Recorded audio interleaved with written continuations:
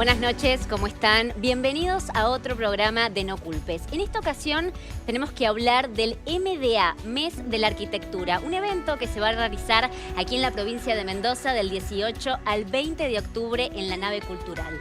Pero para hablar un poquitito de este tema, del cronograma de actividades, qué mejor que hacerlos con los protagonistas, ¿no?, de este evento. Vamos a abrir panel, por favor, para presentarlos a ellos, quienes me acompañan esta noche. Valentín Díez, arquitecto y tesorero del Colegio de Arquitectos. Buenas noches. Hola, buenas noches, Milú. Muchas gracias por habernos invitado. Por favor, a ustedes. Nicolás Guerra, arquitecto del estudio ONA. ¿Cómo estás, Nicolás? Hola, ¿qué tal? Buenas noches, Emi. Y también nos acompaña Gabriel Japaz, arquitecto del estudio Japaz Guerra. Buenas noches. Hola, buenas noches. Un gusto. Bueno, bienvenidos a este programa. Tenemos que hablar del mes de la arquitectura. Estamos a nada de que se realice este evento organizado por CAMSA, ¿no? Hay que aclararlo también, que es el Colegio de Arquitectos justamente de la provincia de Mendoza. Cada año hay un leitmotiv distinto, particular. Imagino que unifica, ¿no? ¿Cuál fue o cuál es el elegido de este año? Bueno, este año se ha elegido el recorrido por la historia del arquitecto. Cómo ha ido evolucionando desde sus inicios hasta el presente. Es un mes en el cual se convoca a todos los colegas y a todo el público en general a charlar y a escuchar charlas de arquitectura. Bien, eso está bueno aclararlo. ¿El público destinado tiene que ver precisamente o puntualmente con la gente que esté inserta en el ámbito de la arquitectura o puede ir cualquiera a escuchar? No, puede venir cualquiera porque es algo relacionado a la belleza y la belleza siempre emociona. Entonces está abierto a todas las personas que estén interesadas y les guste la temática. Es un cronograma, Valentín, de 3 días, de muchas actividades. Sí, más sí. o menos cómo lo han planteado, el objetivo. Claro, son charlas que empiezan el miércoles 18, van el jueves 19 y termina el día viernes 20 de octubre. Comienza a las 16 aproximadamente hasta las 21 más o menos. Y bueno, se van llamando a diferentes colegas de diferentes partes de Sudamérica y de Argentina y se arman unas charlas muy lindas y cada año se hace un reconocimiento en el último día a un arquitecto trascendental para Mendoza. Bien, ya vamos a hablar de eso, vamos a hablar de eso ahí. Metemos un poquitito de suspenso. Si hablamos de charlas, entonces, Valentín, hablamos de disertantes. Y aquí tenemos a 2 de ellos. Bueno, yo quiero saber un poco, en la medida que me puedan contar ustedes, qué es lo que van a exponer, qué es lo que van a comunicar.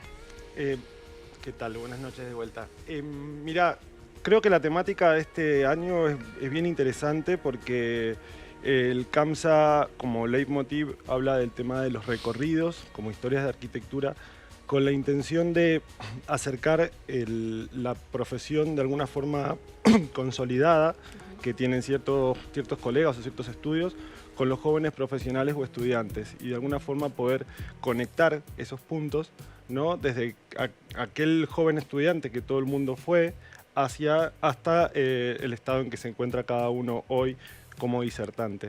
Bien. Entonces, de alguna forma intenta como invitar a que los jóvenes profesionales se acerquen hacia el colegio y hacia la actividad en un mundo contemporáneo donde la gente está cada vez más dispersa y todo el mundo tiende a lo instantáneo. De alguna forma calmar un poco el ritmo y decir que la arquitectura es una disciplina que lleva su tiempo, que lleva sus años y que de alguna forma los invita a que se sientan motivados a volcarse a la profesión una vez que egresen de las casas de estudios. Bien. Y por acá, Gabriel. Bueno, como parte de los recorridos y las historias de los estudios que van a participar, nosotros en nuestro estudio, que es el estudio Japaz Guerra, yo soy Gabriel Japaz, digamos, estamos un poco en el extremo de los más grandes en edad. Nico está en un punto intermedio, pero y están los chicos que están empezando, entonces es como que se conectan las dos puntas de este recorrido de conocimiento y aprendizaje.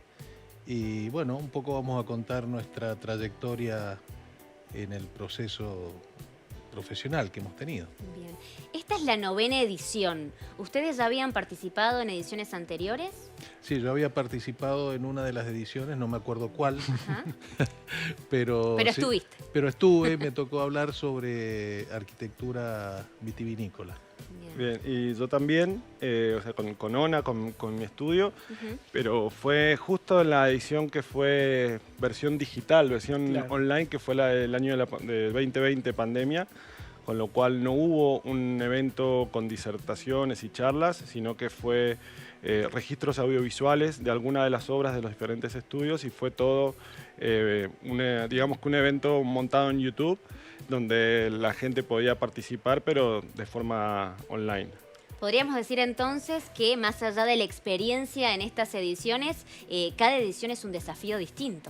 Sí, seguro. Así es, y vale aclarar que el MDA como evento anual que organiza el colegio es uno de los eventos de arquitectura más importantes del interior del país, con lo cual resaltar la invitación abierta a todo público, no solo a personas afines a la arquitectura o a la profesión o a la construcción o demás, porque la verdad que se puede aprender mucho sin necesidad de estar inmerso en el mundo de la arquitectura y es un evento que realmente vale la pena participar por la trascendencia que tiene a nivel nacional. Totalmente. Este recorrido, esta historia como leitmotiv que mencionábamos al principio, Valentín, nos hace volver un poco, digo, a los orígenes también, ¿no? Porque uno dice Mendoza y el speech automático que se nos viene es Mendoza, tierra del buen sol y de buen vino. No, exacto. Digo, la arquitectura también nos atraviesa desde siempre, antes, hoy y seguramente mañana. ¿Qué pasa con la historia arquitectónica de nuestra provincia? Bueno, en realidad Mendoza es fundada por Pedro del Castillo, que en realidad viene de Chile, porque pertenecíamos a la Capitanía General de Chile, y hace una fundación, después con San Juan y después con San Luis, que hacen la región de Cuyo y traen el vino que ya lo habían traído, o sea, que los europeos habían traído a Chile y de Chile pasó para acá. Mendoza es más antigua que cualquier otra provincia. Después se anexa con el tiempo al Virreinato del Río de la Plata, pero Mendoza tiene un gran terremoto y entonces sufre su destrucción. Prácticamente que no quedó nada de esa antigua ciudad. Aparentemente ahí creo que ha quedado un galpón o algo, o una bodega que pertenece a la familia Videla, pero no quedó nada. En este terremoto fue en marzo de 1861 y unos años después se convoca a Julio Balofet, que era un agrimensor, y hace el nuevo trazado de la ciudad con una plaza principal, que es la Independencia, y 4 plazas satelitales, que es la Chile, la San Martín, la Italia y la de España. Ahí se inspira en los trazados higienistas de la época, que por ejemplo lo habían hecho el barón Haussmann con el París que actualmente es, o L'Enfant en Washington DC. Esos principios higienistas eran tratar de incorporar plazas abiertos, espacios forestados, y la innovación que trae acá Mendoza es el concepto de una ciudad oasis, porque nosotros tenemos poca agua, entonces ya los huarpes trabajaban el tema de los canales, y entonces en una derivación del río, que es el canal Cacique-Guaymallén, como si fuera conceptualmente un peine, se desprende el Cacique y otros canales intermedios, y entonces se incorpora ese riego para hacer crecer a los árboles en las calles. Las calles se toman como avenidas anchas, o calles de un ancho de 30 metros y las otras de 20 metros. Se incorpora a estos canales una las acequias revestidas con piedra bola, y se unifica toda la arquitectura con las viejas casas chorizo que tenían casi las mismas alturas, donde confluyen en el corazón de la manzana los jardines de todas esas casas, creando un pulmón. Todavía hay casas, algunas, pocas, exacto. ¿no? Casas chorizo en Montevideo. En la calle ser? Montevideo En al la calle Montevideo. 400 y está la antigua casa de los Civit, que ahora es el Museo del Pasado Cuyano. Bien. ¿Y qué valor agregado, ya que lo mencionás, ustedes también pueden participar desde el lado profesional? ¿Qué valor agregado les da a la provincia esto de no solo de las plazas, sino también los árboles, las acequias, que de alguna manera, digo, nos posiciona también afuera? Creo que justamente es eso, hace única a la ciudad de Mendoza el trazado de los canales, el dominio de los canales, los riegos y los árboles en las calles para de alguna forma mejorar y hacer un microclima. Bueno, me imagino que comparten acá también lo que dice Valentín. Sí, la posición de estratégica de Mendoza en la geografía argentina, sumado a este ingenio, ¿no?, urbanista de poder de alguna forma canalizar y controlar el agua, la poca agua de deshielo que tiene la provincia, para generar esta ciudad artificial, una ciudad donde el clima original no era un clima adecuado para un asentamiento, para generar una ciudad, la hace única en el mundo, y realmente es una ciudad que colegas a nivel nacional, internacional, vienen a conocerla y quedan maravillados que en el medio del desierto, del pedemonte mendocino, emerja como bien decía Valentín, un oasis artificial, urbano, con una arboleda antiquísima y un microclima que se da en el entorno urbano al menos más controlado, que es el céntrico, que la verdad que la hacen única en el mundo. Bien. Es cierto lo que dice Nico. Quería agregar que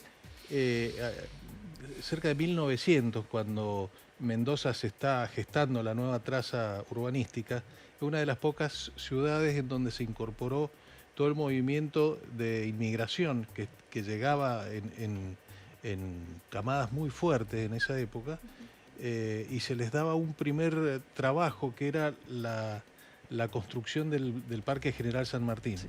En ese momento el paisajista que hizo el Parque General San Martín era Carlos Tais, que fue también un paisajista muy importante que hizo Palermo y muchos parques muy importantes del país.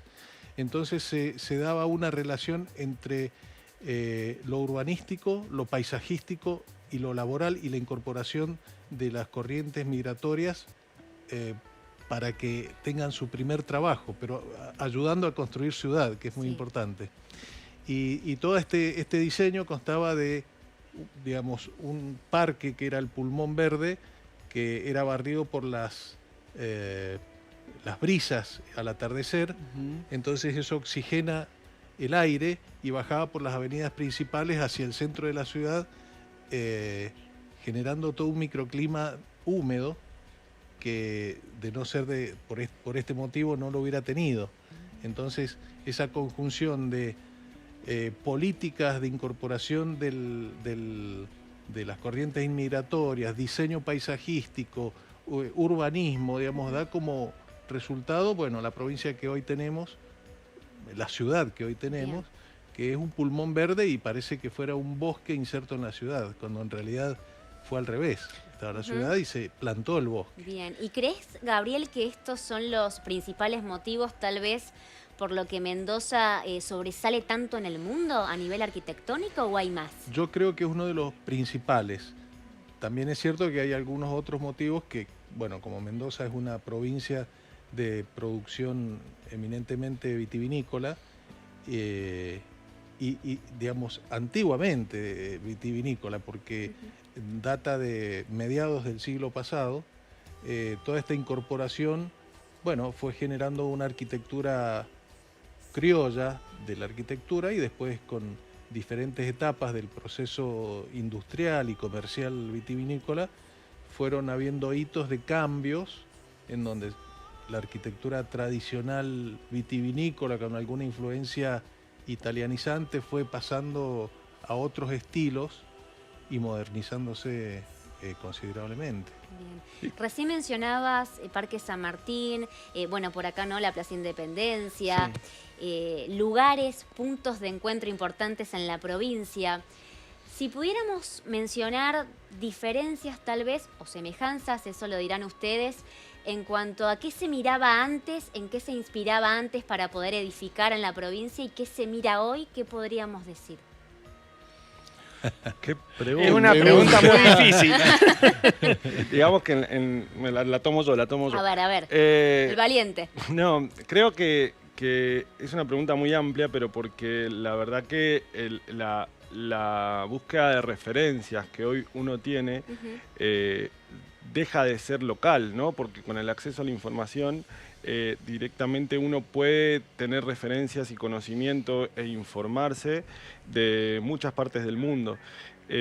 Sí creo que haciendo un breve comentario en relación al punto anterior, que Mendoza tiene a nivel urbanístico la particularidad de esta ciudad oasis y a nivel arquitectónico sí la particularidad de la arquitectura de bodegas, que es la que la hace como un poco referente a nivel nacional y mundial. Digamos que esos serían como los dos puntos más fuertes que hoy tenemos para destacar de Mendoza y que la diferencian de otras ciudades o provincias del mundo. Y en cuanto al tema de la referencia, creo que está bueno el hecho de que se está de alguna forma incorporando a nivel casi te diría política provincial, más allá de que hay algunos municipios que van un poco más rápido que otros, en términos de la búsqueda de la sustentabilidad, de lo eco, de municipios verdes que favorecen proyectos de arquitectura mucho más ecológicos, mucho más volcados hacia lo sustentable, generando beneficios urbanos, generando beneficios edilicios. O sea, hay toda una suerte de equilibrio en la normativa que está potenciando mucho el uso de las bicisendas, el uso de transporte público como el metrotranvía. De alguna forma, Mendoza necesita, obligadamente por su característica de ciudad artificial, necesita ser sostenible, porque no abundan los recursos en la provincia. Entonces tiene que ser equilibrada. Bien. Entonces es bien acertado por parte de los municipios que se esté desde ahora pensando en la economía de triple impacto, lo que llaman y haciendo foco en la parte más que nada de sustentabilidad. Sí, incluso todo esto que decís, Nico, está digamos, fuertemente apoyado por el Código de Edificación, en donde si nosotros vemos otras ciudades, la presión inmobiliaria hace que la densidad de la edificación haga que se junte un edificio con otro en otras ciudades, pero en Mendoza tenemos un código que por normativa uno tenga que construir en forma aislada un edificio de otro, con 4 fachadas que rodean al edificio, o sea, cada uno de los lados está separado del edificio al lado varios metros. Entonces eso permite una aireación de la ciudad, permite que pase el viento, el aire, los árboles no queden ahogados. Entonces incluso hay situaciones depende del caso, ¿no? Pero cuando se construye embasamento es para que los árboles puedan pasar, digamos, a una altura considerable y no queden atrapados, y eso permite que la ciudad oasis siga siendo oasis.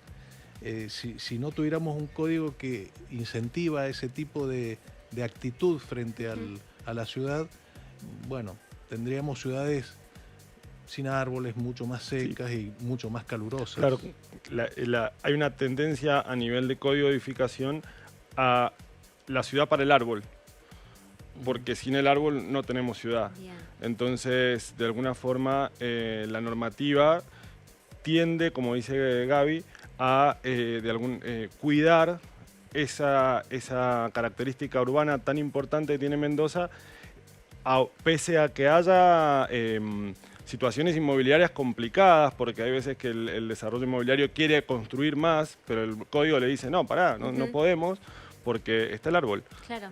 Y de alguna Es forma, el límite, claro, Sí, eso hace que se extienda también, ¿no? Cosa que también puede trae otras. algunos otros problemas de Claro, otras infraestructura. consecuencias. Claro, sí. Bien.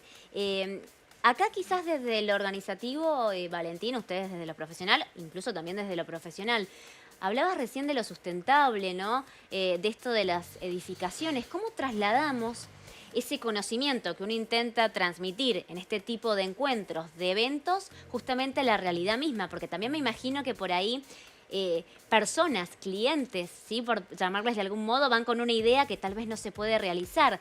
No nos queremos meter ni en economía ni en política, pero el dólar sube, digo, los materiales de construcción por ahí están carísimos. ¿Cómo bajamos esa realidad a lo viable? Bueno, desde mi punto de vista y mi actividad profesional, terminé el año pasado un edificio que se dedica a la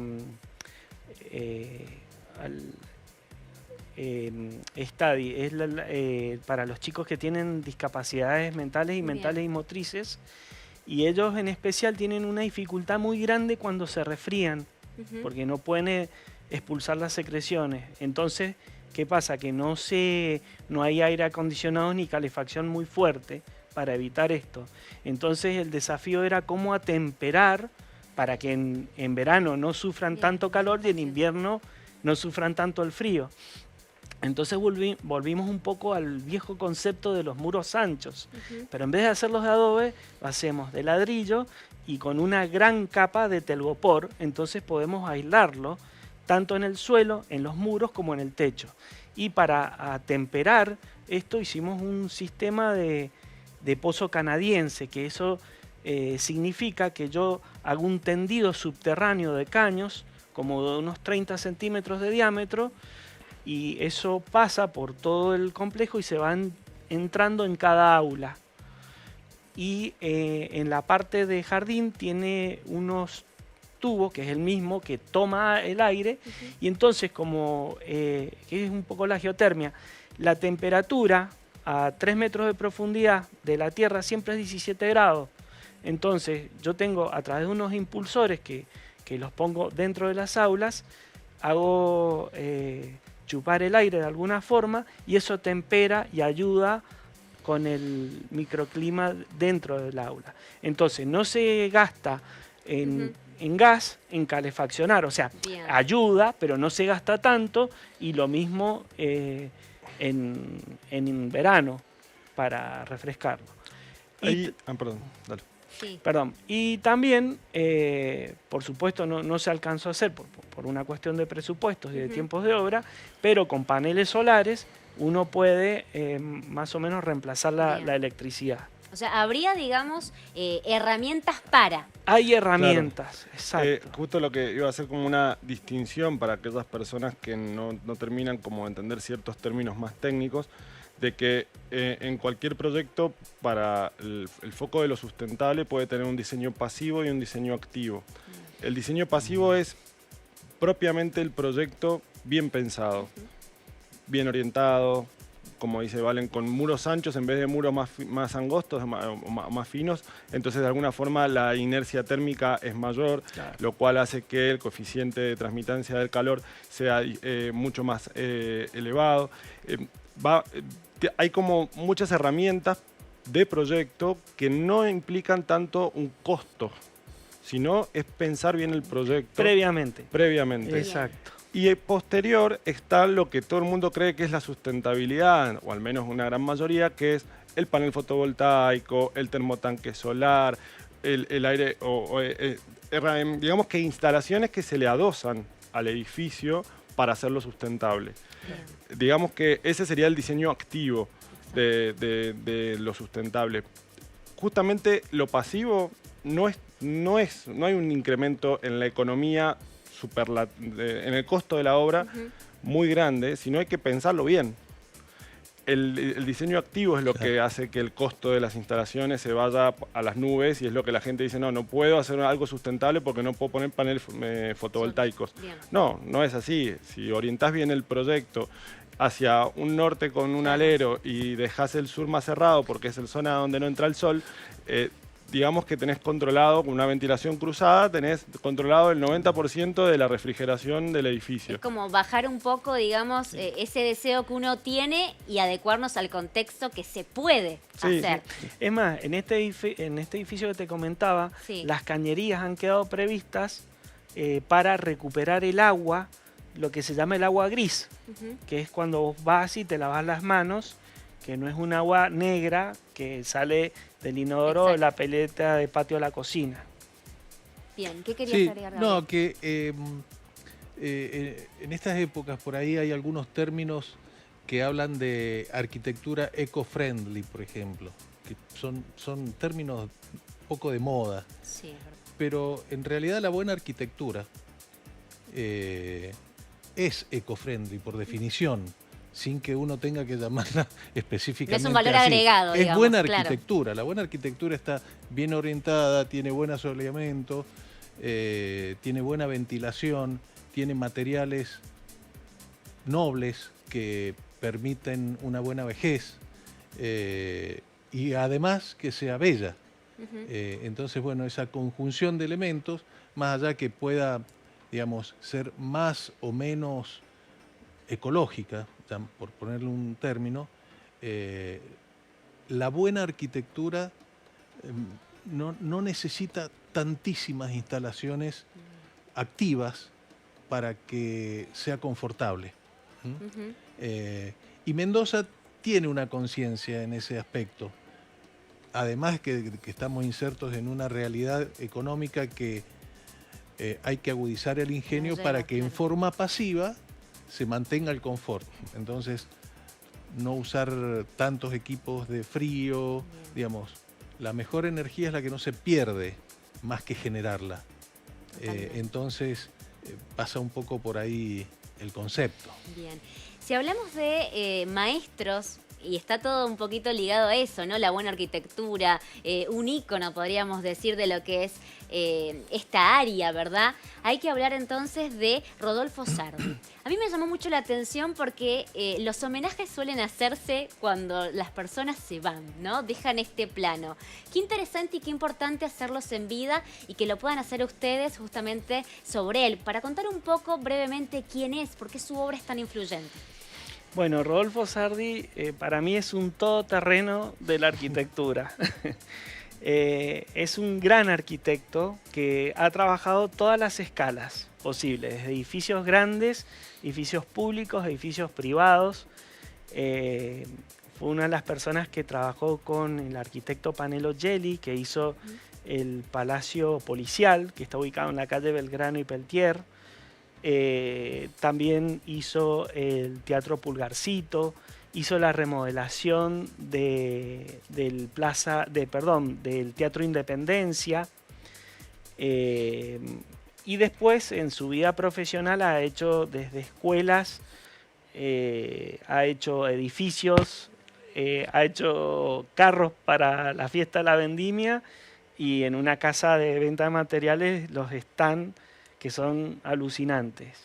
Literalmente un todoterreno. Exactamente. Literalmente. Él trabaja mucho con el volumen, con transparencias, con el plano y la línea. Y le pone su toque que emociona. Y ahí está la magia. Mira, la verdad que, bueno, los que conocemos la obra de Rodolfo Sardi, es un exquisito de la arquitectura.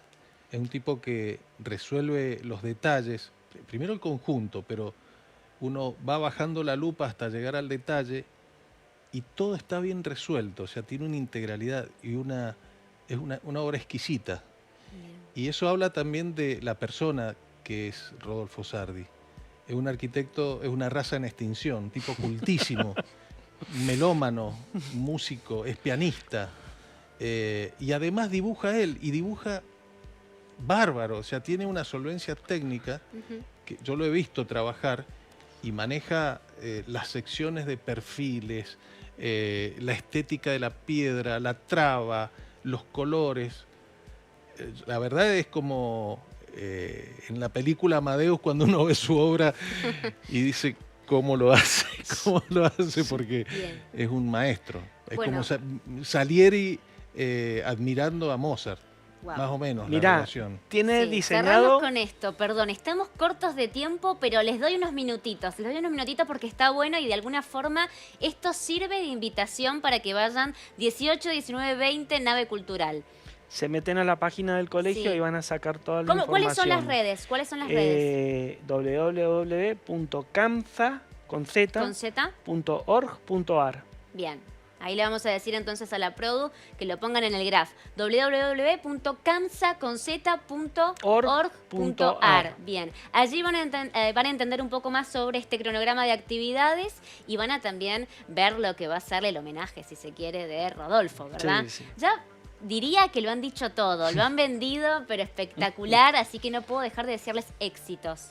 ¿Sí? Bueno, muchas gracias. Perdón Muchísimas gracias. por el corto Muchísimas tiempo, gracias. prometo que vamos a hacer una segunda parte en alguna instancia. Bueno, Agradecerles cómo por la presencia aquí en este programa. Muchas Muchas gracias. gracias a vos, Gracias. gracias. A ustedes del otro lado, muchísimas gracias por acompañarnos. Recordá que tenemos redes, nuestro canal de YouTube, Replay Contenidos, para que puedas revivir este programa y todos los anteriores. Esto ha sido todo por hoy. Que tengan ustedes buenas noches.